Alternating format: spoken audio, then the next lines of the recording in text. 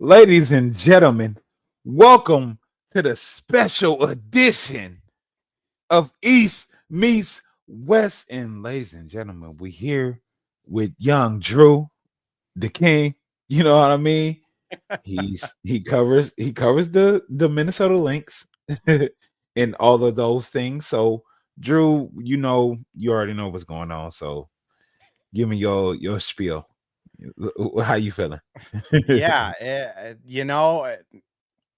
for people who have never experienced exit interviews, usually they don't go the way that Nafisa Collier's did, but was sitting front row for that, and my life has gotten a little busy over the last 2 days as I'm trying to transition from the W to the Wolves. But Yeah. happy that at least there's eyes on the W. I mean, that's the important thing, I'd say. Right. Um, do you feel like Kathy needs to be removed? Because it's a lot of people. Uh, I mean, everybody damn near is saying like Kathy, get up out of here. You know what I mean? Like, how do you feel about that? Yeah, I mean, when Stephen A. Smith is starting off ESPN or First Take with calling for Kathy to resign, I mean, I'll just say I don't know how she recovers. I mean, Phee obviously kept receipts. Yeah, She named specific examples. She named Caitlin Clark. She threw Angel Reese's name in there. Phee yeah, is a very tactful person, so I'm willing to bet she contacted these people beforehand and said, "Hey, this is about to go down." I'm sure she talked to Asia, Stewie, all of the kind of people to be. right, And I mean, Kathy's response was pretty telling that she didn't deny anything. There hasn't been a fine yet. There hasn't been any disciplinary actions yet. If she doesn't resign, I don't know how you recover, because this right, isn't going to go away. The CBA is all that this league is going to talk about from now until it gets resolved. right, And media day, game one of the finals, everyone's going to be asking Alyssa Thomas, Sabali, um, Tibbet. I mean, this is all that people are going to talk about tomorrow, pregame and probably postgame. So right. if you're Kathy as a commissioner who works for the owners, I don't know how you recover. I don't know how you build the trust back. I don't know how you go into those negotiations. Um, I just don't know how she can keep her job after this, which I mean, Mm, for a player to go out there and make a statement and potentially get a commissioner fired, I mean, that just goes to show the weight that Phee has, not only like, Players Association runs unrivaled, but the right. respect that all of these players are just going right in line behind her to support her message. I I just feel like it's crazy that it's come to this just off of like cause. You know what I mean? Like I seen Fee pretty much have her whole leg just you know on the Yeah. line basically and not get a call for it. So I understand those things and it's like that's what they're really at least to me, like what Fee was saying, she was talking about officiating, you know what I mean? Hmm. But we know the real story. We know it's like unrivaled is back here. Um, we know that the players have some other option that they can go to. Yep. And I feel like Fee was making a statement. It was just like uh, basically unrivaled is here. And if you're not willing to adhere to the things that we are trying to get from the WNBA, then we will pivot and it will be unrivaled. It'll be AU, it'll be overseas, it'll be you know what I mean? Like Yeah. they have the means to be able to do the things that they're actually doing. Like they're actually doing these things. Like things are in play. So Hmm. I feel like the WNBA is in a place where it's like you either have to go ahead and make the jump, you have to make the leap. It's just like people say in relationships. Sometimes you have to make the leap. You have to be the Yep. one to make the leap. So the WNBA right now has to be the league that makes the leap. Like we actually love our players, we cater to them, we honor them, and we respect them basically at Yeah. the end of the day. Because if you don't do that, like They have a whole nother league set up, and all they got to do is say 5v5, and then it's over. It's over. I I Like mean, everything pivots there. Go ahead. the Lynx rookie from last year, Alyssa Peely, got Yeah, released from the Lynx, finished the season with the Sparks. She is going to make more money playing in Australia this winter than she yeah, made in her WNBA career. Like the WNBA does not have leverage. There is no leverage for them. It is, if they lock the players out, there is unrivaled. There's Australia, there's Euroball, there's the Russian league. I mean, there are dozens of leagues that will pay to have, Caitlin Clark suit up for their team. Like, right. the Australian league instantly becomes appealing if Caitlin Clark's playing there. If Nafisa Collier goes and plays Euroball or in the Turkish league, all of a sudden you got a Yeah, problem. And that's what the players can do. This is one of the craziest strikes, because it's like the hockey strike in the 90s, there was no other league. The right, baseball strike in the 80s and 2000s, there was no league. Even the right. NBA strike in the 2010s. Like, Yeah, what are they going to do? They either don't play or they play. The WNBA players legitimately could just walk away from this league and the league's just over. And you have Disney contracts, ESPN, Amazon, USA Network got announced this week of yeah, contract for the next decade. Like this, to me, what Phee did and why it was so masterful is this is going to be the talking point until the end of the season. And everything she said, from player safety to revenue to having a commissioner that values them, she can stand on all that because she's like such a trustworthy person. right, I think the other thing that's just, it's not like the WNBA players are asking to be paid $60 million a year. Like, the WNBA salary cap this year was set at 1.47 million. Nafisa Collier makes $300,000 playing basketball on the court. That's 3 times less than an NFL practice player. oh my god! NFL practice players make Wow. about 1.1 million. So Phee, Okay. if you're looking at like what these players are asking for, it's literally just respect. Give Right, us a good healthcare plan. Give us better housing during the season. We'd like to be paid like we are. I mean, the WNBA rating wise is going kind of neck and neck with some baseball teams this year. Like, right, pay us at least a few million for what we're doing for you guys. right. And then it's kind of the semantics of it, of just, how far away are they actually apart, which that's that's what no one else other than like Phee, Stewie, and the commissioner knows. Because I mean, if the players are asking for, currently their revenue share is 9.3%, it has not gone up since COVID. If they're asking for 60% revenue share, that might be a little unrealistic. But if the players are asking for 30, 35, the NBA is currently at 50%. If they're Yeah, asking for 40%, I don't think that's unreasonable, especially just kind of how the league is about to explode. I mean, the money that's going to go into it next year in TV contracts alone, I mean, it's going to go from losing $20 million a year to maybe net grossing like 400 million. right. I mean, it's apples to oranges in what this league is going to be money wise. And that's more like that just adds to her argument. You know what I mean? Like Exactly. you have all of this income coming in and you are not rationing it the right way. And then at the same time, it's still a lot of things not going on that's for the players. It's just, whatever you think is the best idea, and then we have to go based on upon that. And I don't agree with that. Like I like people are like, oh, but the losers are the ones, they riding that wave. Like the losers Yeah. are the ones that complain about the cause or whatnot. And I don't agree with that. Like, especially with Phee, after seeing her have her ankle and whole knee like just out of place, and it's just like there are some situations that you do need to make a call. You know what I Yeah. mean? Like, and you need to protect the players in that Mhm. facet. And it's just a matter of, oh, that's a foul. That's it. That's all she's Yeah. calling for.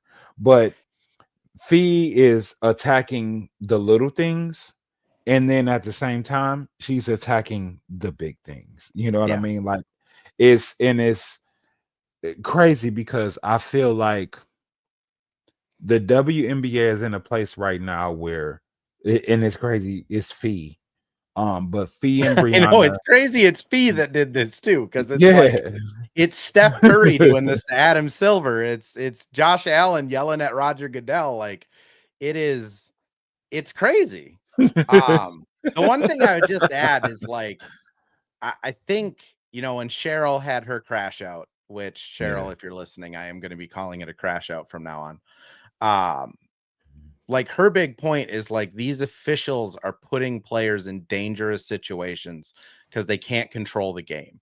And right, the next day I watched that game back and you just start to notice little things. You notice Sabali is elbowing players and pushing them in the back. You notice that yeah, like Bridget Carlton's playing like way more aggressive than I've ever seen her play. Alana Smith is kind of giving some extra muscle on things. And right, when you're letting players, play to that point, eventually someone's going to get hurt. It reminded me of the Detroit Pistons Timberwolves game last season where they had kind of the fight that spilled into the crowd. And that game had the same thing where it's just you could tell the refs couldn't hone in the physicality and eventually something's going to happen. And I right, think for Phee and Cheryl, they've been saying this. I can say they went 34-10 this year. They have right, been saying this almost every game, win or lose, blowout or not, that the physicality is getting to a point where it's dangerous. right, And I think you see that's the output of it. That's how Caitlin gets injured. That's how Angel gets injured. That's how Phee goes down injured. I mean, that's how right, Kelsey Mitchell might have gotten injured last night. It's just, I think the bigger point that she was making is this is a league that just doesn't care about us, which right, again, these women are in a very unique situation where they can quite literally take their ball and go home. And they will still get paid. They'll still get endorsements. I'll still watch. And right, like what what do you do if you're the league at this point? right. Um, I I mean, and there's been a lot of people complaining. Like I've seen that across different socials. Um, and some of it is like Caitlin Clark fans and whatnot, but like after the Kelsey Mitchell injury, it's just, and then when you actually see the Phee injury, Yeah. you see Phee actually having like her knee, her ankle folded. You know what I mean? It's like you have to make a call for that. You have Yeah. to. And they didn't go about doing that. And I don't understand like why they didn't do that. You know what I mean? Like it is some things that are going on in the league as far as the calls that you need to make. And we love the physicality, but there are some things that you just need to call, and that were one of the calls that needed to be made. Like Kathy had what she's like, oh, it's just the losers or whatever, right? Yeah. But it's not really just the losers; it's the people that are actually succeeding, and they're getting hurt with injuries that take them out. And we have Phee right now, and it sucks for the WNBA because they have unrivaled over here. It's Mhm. like your competition. And it's just like we can have this going on over here, but you are not doing this over here. And we're already damn near with the valuation. We're Yeah. already running up on you. We're already running up on a WNBA. So what are you gonna do about it? Yeah. You know what I I mean? mean, Like that's in that's the question. I mean, what I would add is like after that game that Cheryl got tossed, Phee got hurt in. I yeah, just kind of dug in on the officials from that game. I mean, the lead guy, Isaac Barnett, is a G League official. Like, that is his on LinkedIn. It says G League official. He's officiated 1 NBA game, no NCAA tournament games, like nothing. Crazy. He's in his like mid 30s, early 40s. Like, Yeah. that guy should not be the crew chief of a semifinals professional game in any sport. Like, and I'm sure he's a delightful man. I'm sure Right. that he has the potential to be a really good official. But like, when you're used to officiating 19-year-olds in the G League, or you're used to officiating Big Ten basketball and it's 19, Right. 20-year-olds, just Right. Rutgers versus Maryland, that's different than when you're officiating Nafisa Collier and Alyssa Thomas. Like, Right. if you don't have a control of the game, they're not going to listen to you. Like, they're going to At do all. their own thing and do what they want to do on their own and figure out how that goes. I mean, the entire crew was just super inexperienced. And then you see him the next night officiating game 3 of Indiana, Las Vegas. They are 3 of the officials that are included in the pool for the finals. I mean, it's like Phee said it in her kind of closing of just like, it's negligence. Like, you are setting these officials up to be like these scapegoats or fail at their job. Meanwhile, because they're failing at their job, players are going to get hurt because players are going to take that role on themselves. I mean, Fee's not going to back down from physicality. She's going to level it up. AT is going to do the same. So I think if you're Kathy and you're like sitting there now, I don't know what you do other than fold on some of these issues. And if you're ownership, I don't know how you look at Kathy and you see all of these TV deals coming in and you feel confident that she's going to be able to get a deal done so that this league can make money next year. Right. And shout out to Con. Con, we got you. How you feeling? Not too bad. A little bit more energized since I came a little bit later. How you feeling about the everything that's going on? You already know what we've been on. Well, I mean, obviously I'm playing a little catch up with you guys, but I mean, I think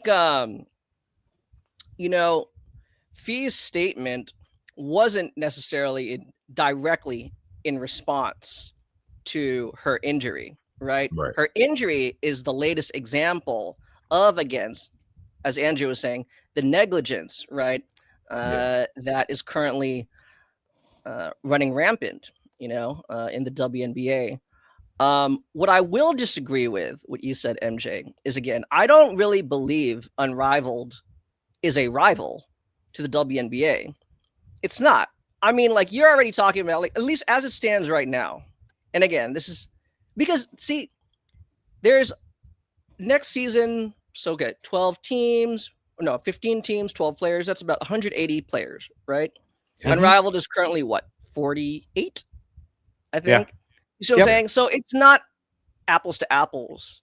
At best, it's apples to oranges. Just money wise. Money wise. No. I mean that money wise. Unrivaled is a rival to overseas leagues, right? The whole point of Unrivaled was to keep domestic talent here in the United States so that American audiences could see their favorite players directly. Right. That has actually been Fee's point the entire time, right? Now, I don't know, if, obviously Kathy, the WNBA, they feel threatened, or more so they want a piece of that pie, right? Because ultimately these are the stars of the WNBA. How could they find a way to monetize on it? But,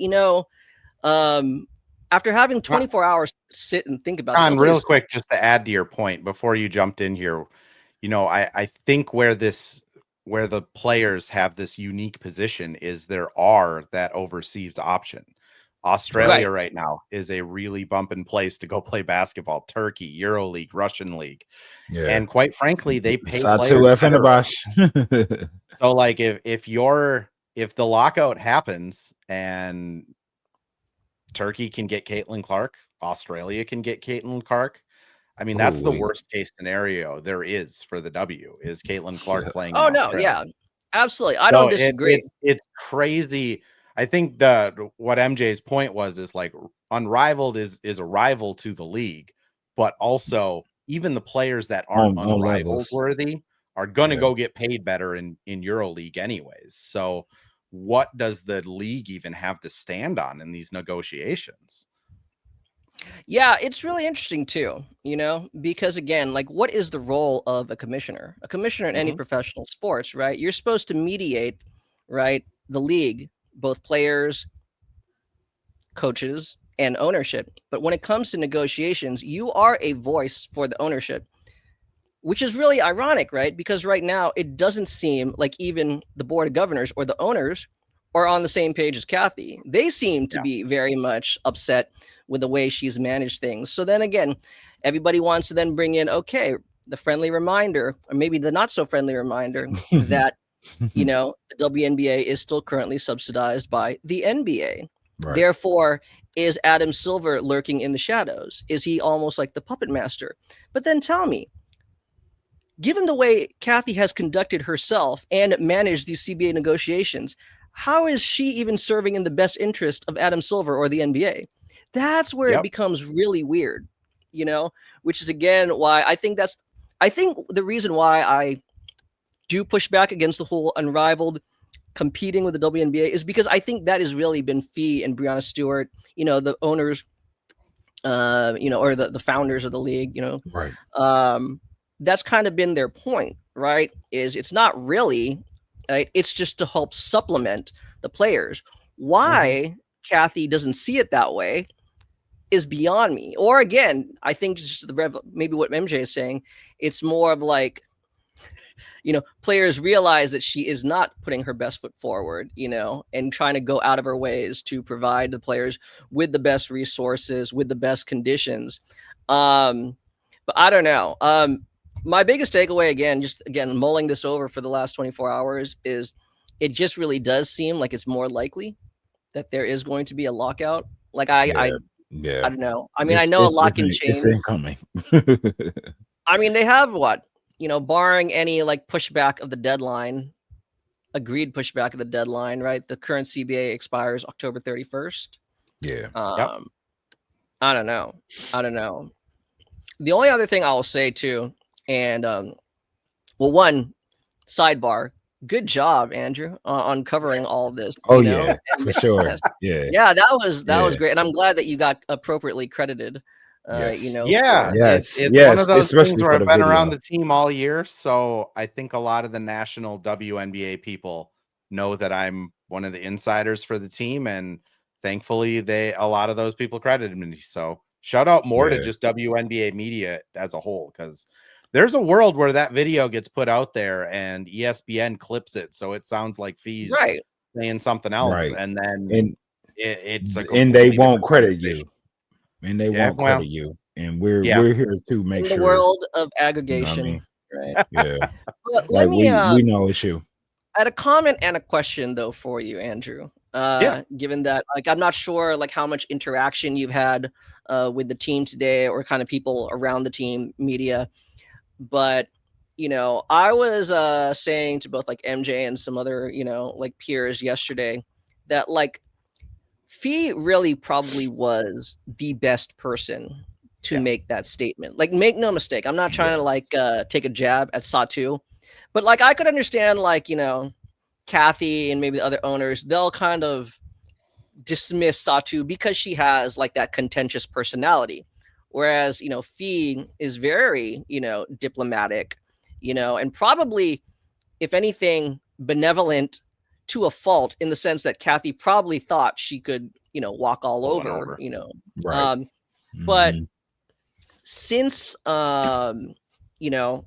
Phee made that statement about, all those things, right? They should be on their knees, thanking Kathy, and with her, which again, I'm sorry, like, I'm not going to go there, but that is like, to me, that was like a microaggression in a series of microaggressions that Kathy has made these last couple seasons.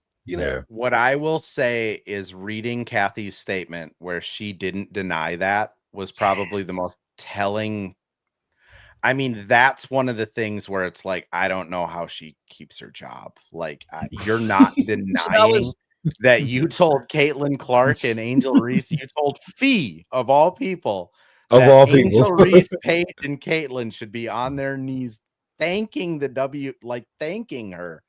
That's insane. Like, you got to deny that. Like, if that isn't true, you have to deny have you heard like any of the reactions or responses from the players or like the coaches after having all that been revealed? And okay. So Lan spoke after Phee. First question was, so how about that Phee? And Lan's just like, I stand by everything she said. I knew she was going to say it. I'm here after her. Phee is our leader. We follow Phee. Everything she says. If they want to find me, find me. Cheryl, we got to talk to after Lan, and she is just a terrible like fibber. So she was like, no, I have not heard about what Phee was going to say. But whatever she said, it's my policy that we support all of our athletes being able to talk. I mean, the Lynx and the Wolves organization, full support. I don't think A-Rod or Lori have made like a public statement, but talking with staff, talking with people around the building at Wolves practice today, I mean, they were like, we're not going to get in the way of Phee doing what Phee's got to do. I mean, everyone else on the team, Courtney and T, both posted a meme of Phee superimposed over Kendrick Lamar at the Super Bowl. K-Mac, they're not like us. Okay. K-Mac was pretty supportive of it, tweeting out a lot of like the speeches with like clapping emojis, all that stuff.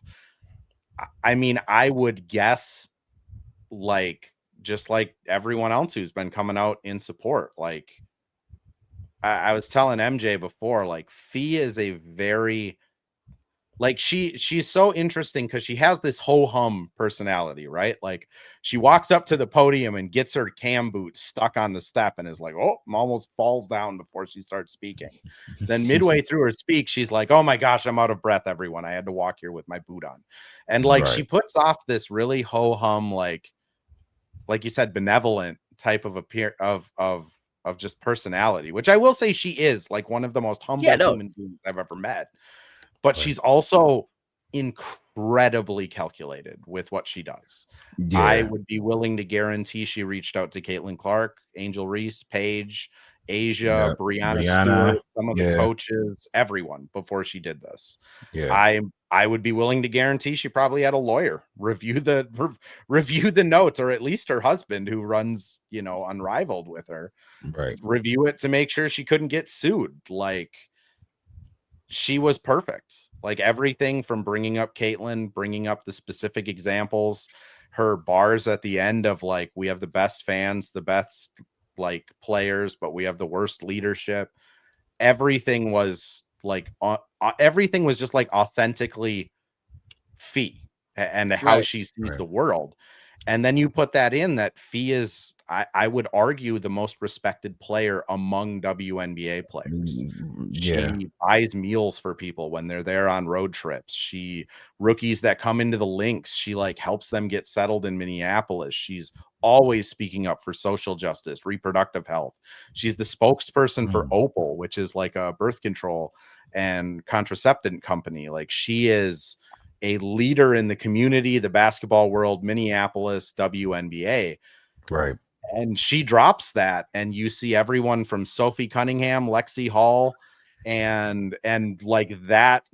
Forgive my chuckle, but yes. That universe of the WNBA, everyone from that all the way over to Asia Wilson, Becky Hammond, Stephanie White, like established like pillars of the league, all saying, yep, we support Phee. Which again, Phee was uniquely perfect to do this message. The other thing is, I think this has been planned for a while. I think she may have added some footnotes. I would be surprised if Phee decided to do this from game 3. I think this might have been something she's been sitting on all year. It feels like it. Right. I'm sure, like, again, she wouldn't want this to distract from like the actual like games. And as you said, I mean, I agree. I'm not trying to say she's more of an ambassador of the league. She just happens to be. I'm just saying Phee is a fantastic ambassador for the WNBA for all the reasons you mentioned. And she absolutely was composed and kept her interview or her statement very professional, but given the nature though of the statement, like I don't know, like again, if more of the players kind of talked about this off camera or the other players, around the league, like is there, it almost seems like it's become personal. Like, is there kind of like that feeling, and not necessarily just personal with Phee, but again, the nature of way just Kathy describes and addresses, like you just said, right? The most respected player, the most respected and respectable player in the league. And she has, I'll say it, the audacity to address Phee in that manner. Like, I don't know. I use the context of like other sports, right? Like Patrick Mahomes is probably the Caitlin Clark of the NFL, like the most famous player. This is Josh Allen going to Roger Goodell. This is Steph Curry going to Adam Silver. Like this is, I mean, the if she is truly, which she didn't deny it, if this is how she is talking to Phee about other players in a league, I mean, that's inexcusable. I mean, it just is. Again, the other side, I mean, the side from the league of and I trying to think how I want to word this. So like, I feel like the league has been acting in pretty bad faith with the Players Association for a while. Like you look at last season, they upgrade it so every team has to allow their players to fly private, right? And it's a big deal. The players are really excited for it. Nafisa Collier no longer has to sit at a Delta terminal with the rest of us, and like it's a big deal. It was valued to cost the league about $30 million last year to make that upgrade before their TV deal kicked in next year. They did it 2 years early. And the league, as soon as the season was out, posted that they lost $20 million. Well, you lost $20 million because you upgraded their flights. Like it's not a good faith argument to say we lost money this year without including, oh yeah, we also added this massive, like this massive cost into our invoice. And I feel like that's kind of how the league has been acting throughout this entire kind of saga of the players aren't asking for a ton. They're asking for like level playing training facilities at all stadiums. Like give us some retirement health care, little bit better revenue sharing. Maybe we get, if you're playing for the Chicago Sky, you get a little bit better, housing during the season so that you're not worried about like your safety. All of that makes sense. And with the USA money, Amazon money, and Disney ESPN money, like it should be achievable. You said Disney. You said Disney. Like, I don't understand why it's so hard to get it done. Like it's starting next year. They have a $220 or a $2.2 billion Disney ESPN deal. That's over 10 years. I mean, for the W. Correct. For the W only. That's $220 million. Their current TV deal with ESPN and ION is about $30 million. That is $190 million coming in as pure profit for a to-be 15-team league. That's not including local. That's not including USA Today. That's not including ION if they do carry more games. And to say that, like, we can't pay the players more because it's not sustainable, I mean, that's insanity, right? I think you make a really great point because, this was brought up, these last several hours, how, Kathy in trying to like defend herself, or through like her channels, kind of putting out all like a list of all the improvements the Dub has made during her tenure as commissioner. But again, as you said, like you can't brag about all the improvements you made, but then complain about the money it took to make those improvements. Right? I mean, like, it'd be like it take money to make money. We got a new roof on the house, so our house costs more. Like, it does. Good job. And it take money to make money. Like you got to invest in your players. You got to invest in the league. You got to invest in what everything is in order for things to get to another level. You know what I mean? So but another one question I kind of had, again, maybe you could speak on it, was obviously, given the nature of the way Cheryl ended her season, Oh my God. and obviously, Did you happen to see it last night? So not only did Nafisa Collier potentially light the league on fire, but For the real, Lynx she did. decided to have a celebration of the team. It's something they haven't really done before, but they know this team is going to look really different next year. So they invited fans to come down to Target Field and just celebrate. All of the players showed up except for Dejanay, who is supporting her significant other at the Aces game. But all the players showed up. They threw out T-shirts. They made speeches. They danced to Pink Pony Club for like 2.5 hours. And then Cheryl Reeve comes to the mic. And as she gets to the mic, the crowd is chanting Cheryl. And then she just screams, "I'm free." And it's just like, oh, this is a victory lap. That's what this is. terrific. Okay, well then there you go. That definitely was continue asking your question. Then. Oh no, I was and just I will say, be full. I do want to just say full disclosure. Like I cover the WNBA. I feel like I'm a pretty objective cover of the WNBA. But when it comes to like labor stuff, I'm gonna take the player's side. Like that's just how how I'm wired as a person. So a lot of my arguments are very pro player, but that's just I'm around the players and Cheryl a lot more than I'm around league offices and Kathy's. So I kind of have a rooting interest in those people doing well. No, I mean, I think that's fantastic insight that probably a lot of us fans, wouldn't have been privy to. And actually, it kind of does answer or partly answer my question. I was going to just say, given how much like solidarity there is amongst, like Cheryl and the players, how, again, you said a lot of this was planned. It was thought out, before they decided to, speak their truths.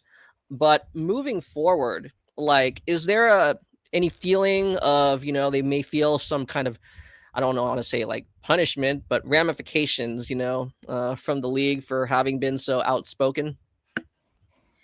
So one, I will say, I don't think Cheryl really gives a bleep about that's a perfect answer. Again, at this public fans thing in her speech, she starts off by saying, "I love all of you fans. For years, I've wanted to put out a suggestions box in front of Target Center because I would love to hear your suggestions when I'm not subbing enough." And everyone laughs. And then she goes, "But I think I'm going to turn that into a donation box because I got fined so much." And then everyone just goes nuts. So like Cheryl is going to be Cheryl, and she does not care at all. Like that's just her. Phee, I can you fine her? Like if you fine her, you almost prove her point because she said in that speech, they just fine us to keep us quiet. No, so I don't think you can crazy fine her for position that. that she put him in. I don't think you can fine her for that because it's more of it's so broad of a statement that you can't really find her because it's her perspective. You know what I mean? Like you're gonna find her for what she feeling. You know what I mean? Like, oh, you feel this way? Run the money up. Like, and if she gets a fine, I mean, I guarantee you Jordan Brand's paying it because she's the face of Jordan Brand for the W. Like it's gonna prove her point, and she's not gonna be punished. Exactly. And if she gets fined, it'll be because there is the unrivaled league being competition with the WNBA. That's the only reason why. That's the only thing I can see because everything else is just like this is what I'm pointing out. You know what I mean? This is what other players have been pointing out. So, like, fine me. Go ahead, Jordan. Like you said, Jordan will pay it. Go ahead. I mean, like she was handpicked to be Jordan League. They haven't had a female athlete since Maya Moore. Like my God. If you're Phee, I mean, any outcome from this, I mean, the publicity she's gotten on the league has been great. The banding together of players has been great. The conversation where now you have like UCLA reporters asking like players on that team of like, what's it say of Fee's leadership? And they're like, I want to go run through a wall for her. I don't think there's going to be any fallout for the Lynx, at least. I mean, for the And league, I think this is going to be a really tough month because, like you and mentioned, the extension needs to happen if they don't want the lockout. And I just don't know what you can do back to that. I mean, it's literally, I joke that, like, T and Court threw out like Kendrick's Super Bowl performance with Phee superimposed, but like it kind of is. Like Drake never got his lick back from that. Like it's just kind of he over. never will. Like I'm just feeling like the as far as Phee, as far as Unrivaled, like they are actually accumulating college stars to come play in Unrivaled. So if you get in the college stars and they get to get a taste of this is the level we on, you know what I mean? It's like, what is the W doing? What is the WNBA doing in order to actually like facilitate the players coming into the league? Because Unrivaled is basically becoming the okay, come to us, we're gonna teach you how you need to talk to the media, how you need to play, what type of work ethic you need to have. The WNBA doesn't have that. It's like facilities, like everything. It's just like, so if you have that coming into Unrivaled, Unrivaled is gonna eventually become what where you need to be. You know what I mean? Like they have all the top I athletes. It think it seems like, kind of is for the Winters. Like, to yeah, your point, I do think Unrivaled is a place where young players, I mean, stars are going to want to be. I mean, you're going to yeah, be on TNT a couple nights a week, best facilities in the world, awesome yeah, courts, good vibes. You're in yeah, Miami. Like, they put together like a really good product. And yeah, I think it'll be better this year too. yeah, yeah. I think so too.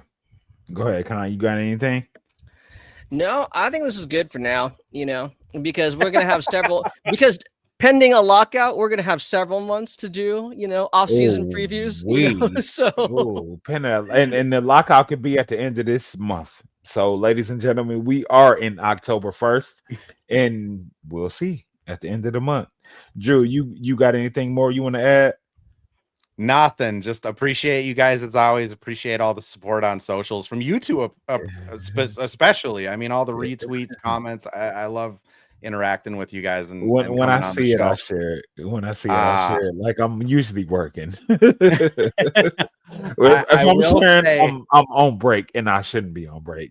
I will Extended break. say, had a post game Lynx live show throughout the whole Lynx season. Sponsors wanted to continue that through the Wolves season, so I am going to be doing post game Wolves stuff all season for WNBA crossovers. But I do plan on keeping the Lynx show going, and we'll repay the favor at some point. I know, Con, you've already been on it, but MJ, we got to get you on over there too. So just appreciate you guys. You're I'll be awesome. there. Thank you, man. Likewise. Thank you. Thank you. Let the people know where they can find you at before we get out of here. It's the same place everywhere, just ADukeMN, ADUKEMN. All my written works over on Zone Coverage. Now that the NBA has started, it'll probably be like one Wolves, one Lynx, kind of going throughout it. And then Yeah. podcasts is Missing Lynx and the Missing Wolves. Yeah. And they're both Popping up part of on the my damn timeline every day. Make sure y'all go find Missing Links, because my Spotify is like Missing Links every day. Like it's you in my fantasy football, since I'm fucking losing, but it's like if it makes you feel better, I think I have scheduled 3 episodes to talk about the end of the season, and then Cheryl goes nuclear, Phee blows up the internet, and yeah. I can't get away from the links. So I know. I always get the notification when you're going live. I'm like, Yes, I do too. It's usually after like one of these outbursts. So Yeah, so we appreciate you, man. Thank you for coming on. We're gonna have you for sure more. 100%. Same And with you guys. y'all make sure y'all go follow him, subscribe, like and subscribe us, and yeah, we out. WNBA going crazy. Get ready for the finals.